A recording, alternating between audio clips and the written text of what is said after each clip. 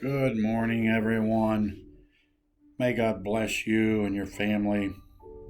May you learn more and more about Him and about yourself. This is Dan from Waters of Mercy in Milford, Ohio, coming to you today with mixed emotions on things that are going on around. But I believe that God has a message for us and has a message for each and every one of us. A message that we can look to Him. A message that He has for us. These videos I make are just going to be more natural, hopefully, than some. I'm not going to be a robot and have everything all planned out and done out, but speak to you from my heart. Speak to you from a heart of a pastor. Some people may get upset. Some people may wonder sometimes. But I'd like for you to consider the message that God is sending not only to the United States, but to the world. Sometimes we think that the whole Bible is written about the United States, and I've even seen ministers and pastors go in and try to pull out passages and relate it to just the United States and not the rest of the world. But God's concerned about nations everywhere in the world, not just the U.S. We love our friends in Kenya.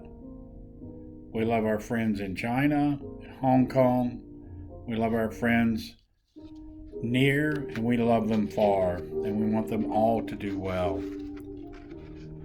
We want them to learn more about God. We put these messages together in hopes to reach people all over the world in days to come, and would ask you to look for our messages and join our church. It's on the web. God has called us for a purpose for this day and time. We receive these messages day and time. And it's time for us as Americans to wake up, heed the call that God wants us to get back and begin to train our children. Train our children. We need to encourage our pastors, encourage our Sunday school teachers, encourage them that are still believe in baptism, encourage them that still believe in taking you down to the river into the water and walking out into the muddy or cold water and just putting you right under. What a joyous time. Seems those times are gone in most cases. And if they're not, may God bless you. May He continue to bless you. It saddens me to see that the soccer fields on Sunday are fuller than the church houses. In days to come, years to come, you believe those children are going to know about Moses? You believe they're going to know about Jonah? You believe they're going to know about Samson and Delilah? You think they're going to know how Proverbs fits into their life? You think they're going to know how Psalms that David wrote fits into their lives? You think they're going to understand the warnings that Jeremiah gave to the country? You think they're going to understand the message that Jeremiah gave to the pastors when he wrote in Jeremiah 2:8, pastors talk about things that do not profit. You think we understand what profits today and what don't profit today? I don't think we do. I hear all the time you can be whatever you want to be. Last night when I was watching some young kids skating, and they were going around so gracefully and spinning in the air 3 or 4 times and coming down and out of that into a nice swan looking figure, I thought of, hey, you be whatever you want to be. What about if we took a sumo wrestler and put skates on him and put him out there on the ice? Well, he could be whatever he wanted to be. I don't think so. I think you can be whatever God has designed you to be very successfully. And if you go against His design, that you won't be successful.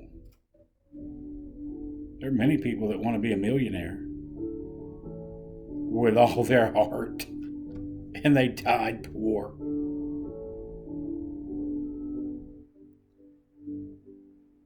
Some people think they're poor when they don't have money. I think you're poor when you don't have God.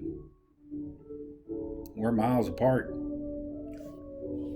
We're miles apart. I think you're rich if you have God. I think you're rich if you understand what He's doing. Which brings me to my question today. Is God sending a message? Is He sending Americans a message to the young people that you need to get your children in church? Is He sending a message to the older people that you forgot to take your children to church? Let's look at this coronavirus for a second. It's attacking those that have weak immune systems, but attacking the old people more than the young. That the young people are more carriers than they are being affected. You may say, well, yeah, but that's not true. I know one or two. But I'm talking about the averages. You can make excuses for whatever you want. You can make reasons for whatever you want. But let's look at the facts. God has allowed this to go on in our world. Those are the facts. If you don't think He allowed it to go on, then you don't know Him. You may think you know Him, but you don't know Him. Jeremiah said in 12:10, again, pastors destroyed my vineyard. What did Jesus say when He came? He said, I'm the true vine, and you are the branches. You're destroying the vineyard, you're destroying the branches. The branches produce the fruit. The branches are you and I, and the fruit that we bear is that we take in life, and we produce. We take something that is in the vine, and we take from the vine, and we produce fruit. Look at it from God's point of view. He gave you the vine. Proverbs said, the little foxes spoil the vine. The little foxes. What are the little foxes? Take some time and study that one. What are the little foxes in your life? What are the little foxes that are destroying your vine? Is it sports? Is it fame? What's spoiling your vine? What little foxes are spoiling your family vine? What little foxes are spoiling your church vine? What little foxes are spoiling your sanity? We're missing something. Some days we're just missing something. Some people turn to drugs to find if that's the something that they have or that they want. In Jeremiah 23:2, he says, feed my people. Your pastors need encouragement. What encourages a good pastor? What encourages a good pastor? If you don't know, you're probably not encouraging your pastor. You're probably just going to church to get your star, I call it. Get your check mark for the week. Go to church, set my 2 hours, and think the whole time about what I'm going to do afterward. Think about what I'm missing. We could do that if we want.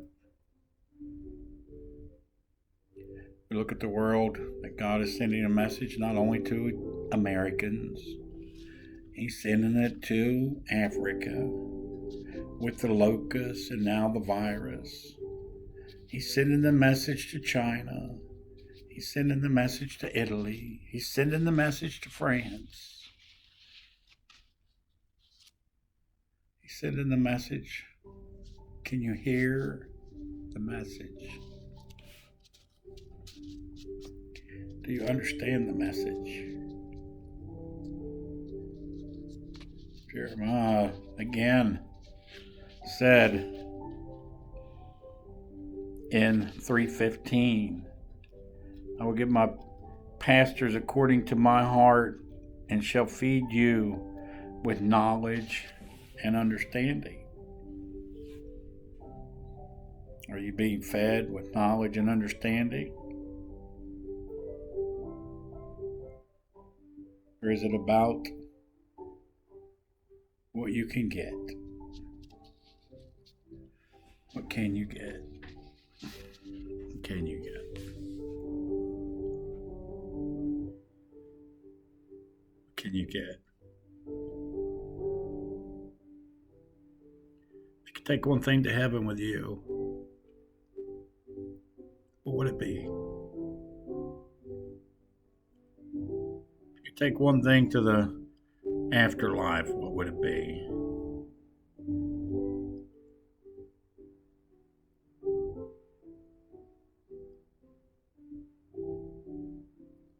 Would it be your car?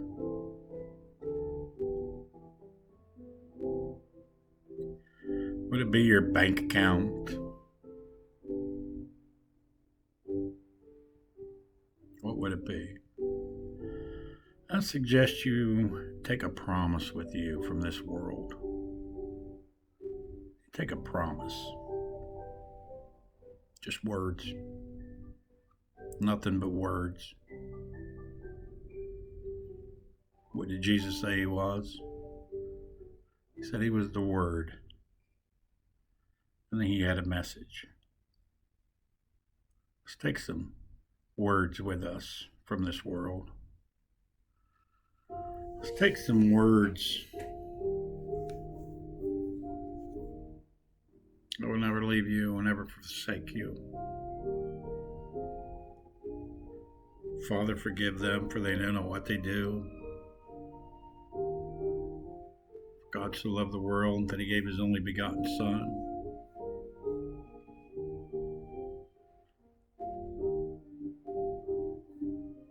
Let's take some words with us. Let's take the Word.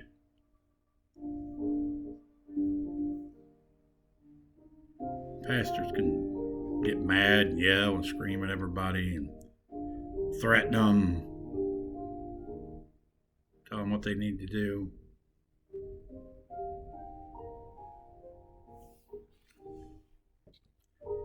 Tell them what they should be doing. But it takes the Holy Ghost to convince you that Jesus is more valuable than your drugs. His Holy Spirit's more valuable than your theft. His Holy Spirit has more comfort than all the drugs and alcohol in the world. Do you have the desire to find out? Take some time. Think about why you're here. I believe we're all here for a purpose. We're here for a purpose.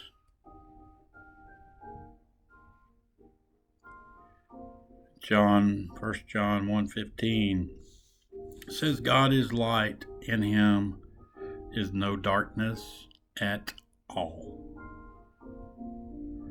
What does darkness represent? What is darkness?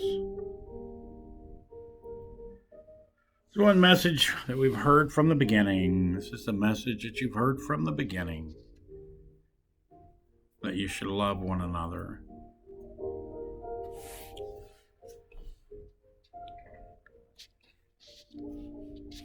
Pastors, God has told you in the past, feed my people. Feed your people what? Feed Feed your people that manna that came down from heaven, that bread that came down from heaven. That bread will do a world of good for us. Jesus is that bread that came down from heaven. Let us pray for a moment. Lord, we thank you for all that you've done for our country, for our families. Lord, for the thousands and thousands of people that you have saved and those that you have rescued. Lord, for those that you have rescued from themselves. Lord, we come to you today with many troubled hearts, and many in our country are suffering, and many all over the world are suffering. And Lord, we ask you today that you would look down upon what is going on. Lord, that you would be our judge. Lord, that you would be our righteous judge. Lord, and that your words may sink down into our heart. Lord, that your words may become living in our souls. Lord, that it may be your word that will rescue us. And Lord, I ask that you, as many as hear this message, the message that you still love them and you still care for them, may that message go on and deep into the heart and drive out any question that if you're alive and well, as Easter is coming upon us, that you rose from the grave and that you care about your children, that you love each and every one of them. May you be with us in the coming days, and may we seek after your words and after you, and may our relationship grow stronger and stronger with you each day. Amen. May God bless and keep you, is my prayer. May you learn to love your family. May you learn to love your God. Can you call him your God? May God bless you.